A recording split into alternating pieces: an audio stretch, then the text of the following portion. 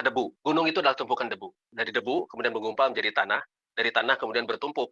Akhirnya bisa membentuk sebuah gunung, bisa membentuk sebuah planet dan sebagainya. Kita harus dari sedebu dulu.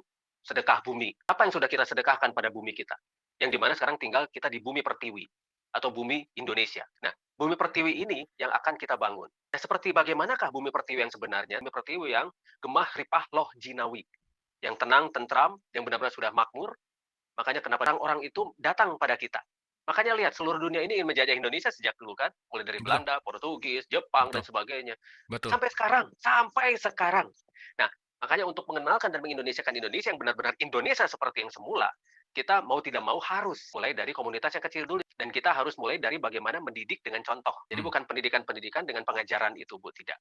Orang boleh pintar, tapi belum tentu dia cerdas. Kita akan mulai mengundang kecerdasan semesta. Dan sedebu itu sedekah bumi, karena bumi itu cerdas. Bumi itu sangat cerdas. Dia benar-benar cerdas dan mampu untuk membela dirinya.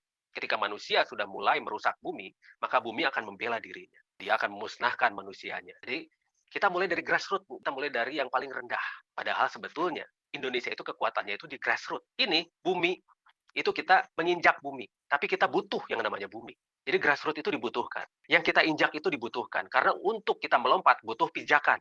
Kita harus punya dasar, kita harus punya fondamen, kita harus punya kekuatan yang bisa membentuk suatu tenaga untuk bisa kita membangun ke atas. Kita membangun dari bawah, tap tap tap tap, fondasi itu di bawah bukan di atas. Jadi mau tidak mau kita harus dari bawah dulu. Pelan tapi pasti menghadapi orang-orang yang hendak menghancurkan kita harus punya cara. Mereka menghancurkan dengan cara A, kita harus memahami cara mereka. Bahasa kaum mereka itu harus kita benar-benar pahami, apapun bahasa kaum mereka. Sehingga kita bisa seperti yang banyak di dalam tubuh kita, air. Air itu ketika masuk ke dalam botol, dia akan membentuk botol. Masuk ke dalam gelas, dia akan jadi gelas. Tubuh manusia itu adalah air. Dia mau tidak mau kita harus mengikuti pola air.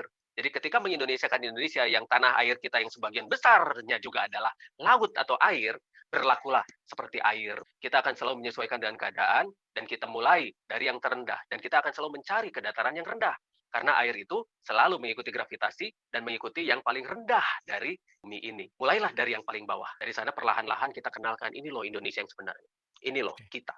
Ini loh jati diri bangsa kita yang sebenarnya luar biasa, yang sebetulnya dunia itu mencari dan datang pada kita. Dan mereka tuh mencari penghidupan dari kita. Bukan kita mencari penghidupan dari mereka sebetulnya. Makanya kenapa mereka yang datang ke kita, yang akhirnya mengeksploitasi semua kekayaan alam kita. Sedangkan kita dapat apa? Dapat segala sesuatu yang bersifat memundurkan kita, mendegradasi kita. Nah, itulah yang harus kita rubah karena kita Indonesia. Indonesia itu adalah negara yang benar-benar mampu menghidupi planet ini. Yes, Be Indonesian, my friend. alright. Di Indonesia.